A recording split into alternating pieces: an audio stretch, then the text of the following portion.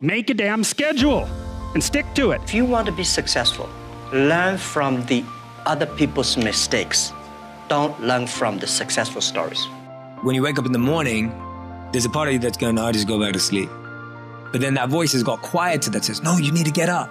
And you've just pushed it away. You just pushed it away.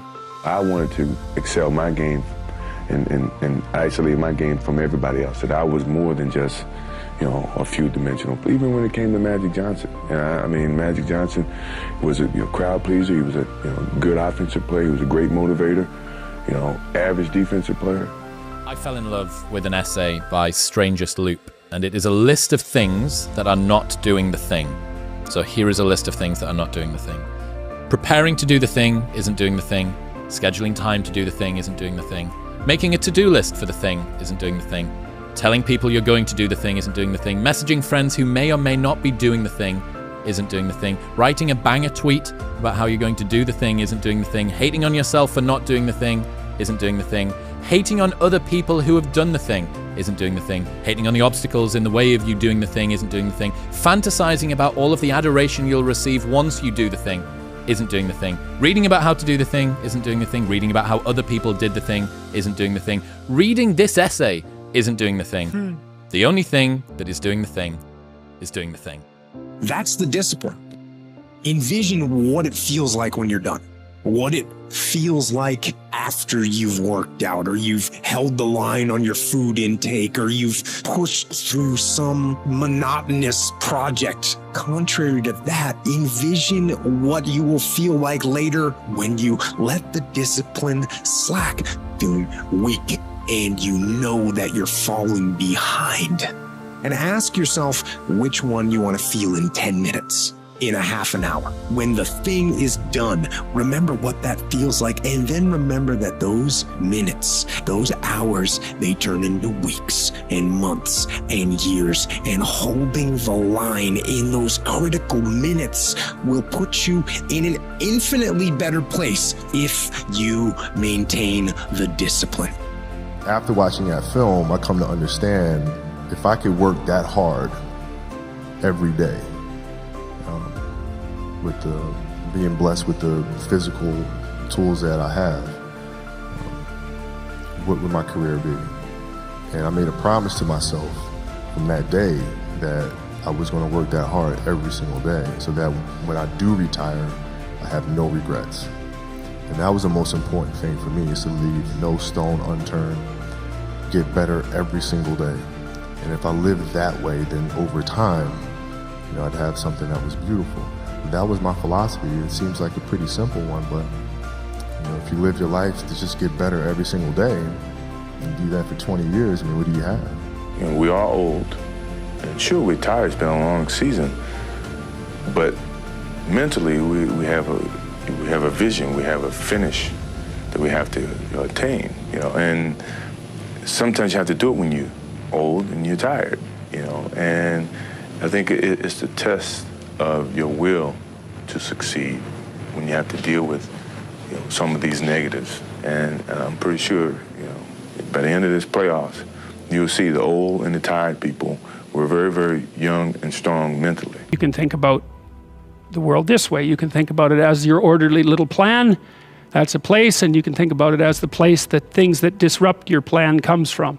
That's another place. This is a bigger place than this, because there's an endless number of things that can disrupt your plan, and only a tiny number of them that can, that will help you work it out. So part of the question then too is like, are you the friend of your plan, or are you the friend of the thing that disrupts your plan? And I would say you should work to become the friend of the thing that disrupts your plan, because there's a lot of that. And then if you become the friend of the thing that disrupts your plan, then you start to develop strength in proportion to the disruptive force, and that's really what you want. You want to be able to implement your plan, obviously, but you want to be able to take on the consequences of error and learn from it, and then you win constantly, because even if something goes sideways, you think there's something to be derived from this. That's wisdom, fundamentally. The being prepared for the next thing is so wildly critical. I think life in general is rise and fall. Everything is rise and fall. And there's been a couple times in my life where I got caught holding on to the last wave while it's dying. The best way to get the optimum results out of your day is to plan your day the night before. There are two reasons for this. Too often during the day, we're just responding to everyone else's needs instead of doing our intended plan. So if you don't have a plan, you're guaranteed not to be doing what you want to do. You'll be responding to other people. The second reason for planning your day the night before is you can rationally decide what you're going to do at what time of the day. Too often people just work from a to-do list. What you want is to schedule exactly what you're going to do at what time. Schedule how long you think it's going to take. And by doing it the night before, here's the payoff. All night long, your unconscious and subconscious mind is going to be working on how to make that happen. It's going to be coming up with creative ideas, pulling information from your past memory into the present so you can utilize it, and literally planning your perfect day. It's like having an employee working for you all night long. If you do it in the morning, you don't get that benefit. And then start to work your plan. Plan your life, work your plan. You're going to be very, very successful. Sports is a tool that teaches, and it teaches you bad things. It can also teach you good things. It's how you perceive those things. I've looked at every experience that I've had, negative and positive, and taken that as a positive. If I wouldn't change anything because I think it would alter some of the other things that happened. So when I look back, I can't say that I've had any bad things happen. Sure, you don't want bad things to happen, but you deal with bad things. You can't have good or without bad. In the past 18 years, when I do internet in China, we got a criticism every day. Something when you believe it, a lot of people criticize it. But if you really believe it, continue to do it, improve it. No one can live without a routine. You just forget that. If you guys don't have a routine, I would recommend, you get one going, because you cannot be mentally healthy without a routine. You need to pick a time to get up. Whatever time you want, but pick one and stick to it, because otherwise you dysregulate your circadian rhythms and they regulate your mood. No one's coming to save you. The only person that's going to make a drastic change in your life, whether that's physically, mentally, emotionally, the only person that is going to dig you out of your hole is who? You. You have to do it for you. I would like to know when you're in that moment failing and you have to keep going, what do you say to yourself? What if? A lot of times I'll be in a 200 mile run or something like that, and I'm all jacked up. Body's broken, mind's broken, spirit's broken. I start to say, what if I can pull this off? When I first walked into the Navy SEAL recruiter's office, he looked at me and said, there's only been 35 African Americans in 70 years make it through. You know what I said to myself? What if I can be the 36th? It's the what if I can pull off a fucking miracle. Following your dreams is a lonely, solitary, scary, dangerous pursuit. You can't wait for somebody to think you can do it. And it's like, because they don't think you can do nothing they can't do. Exactly, bingo. Right? You know what I mean? It's like, it's a lonely, scary, dangerous pursuit, and you gotta be willing to risk everything to become that seed of what you believe is in there. You gotta be fearless, you gotta be relentless. Everybody has dreams. And as much as you want to be able to listen a little bit, because somebody's going to give you a gem, but nobody knows but you. You can't get advice on what you should do with your life, right? Nobody knows what you are. Like even sometimes you don't really even know what you are. You got to take your shot. Job offers will come to you. Money will come to you if you have this kind of inner strength, this kind of inner power that I think is the ideal for young men today in the world. It's very confusing right now because everything is so fluid, and we're all supposed to think that there's no such thing as masculinity anymore, that it's toxic.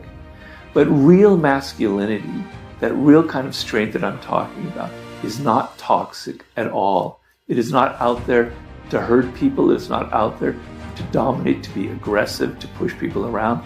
It's all about an inner strength an inner confidence that you radiate outward. Sometimes, I can't sleep at night because I'm thinking about something, and usually what I'll do is go write it down. I have some writing to do, so I get up and I go write down what I'm thinking, and that usually does the trick. But because I had been playing with YouTube, I thought, well, I'll try making YouTube video and telling people what I'm thinking about and see if that performs the same function as writing. And to me, the function of writing, well, it's twofold. One is conceivably to communicate with people, although the fundamental purpose for me is to clarify my thoughts so that I know because if something is disturbing you, what that means is that it needs to be articulated. It's the emergence of unexplored territory, something that disturbs you. That's the right way to think about it. It's unmapped territory that's manifesting itself. It's like a vista of threat and possibility, and you need to articulate a path through it. And so that's what I was doing. Getting over failure and finding success begins with taking 100% responsibility for your life. You have to give up your excuses and victim stories. You have to drop all the reasons you can't succeed or haven't succeeded so far. I know it's a challenge, but if you want to get ahead, you have to take complete responsibility for everything you experience in your life. When we have setbacks, we get sidetracked with blame and excuses, and we give away the power of personal responsibility. You can change that. When something doesn't turn out, you can ask yourself, how did I create that situation? What did I say or not say? How did I get the other person to act that way?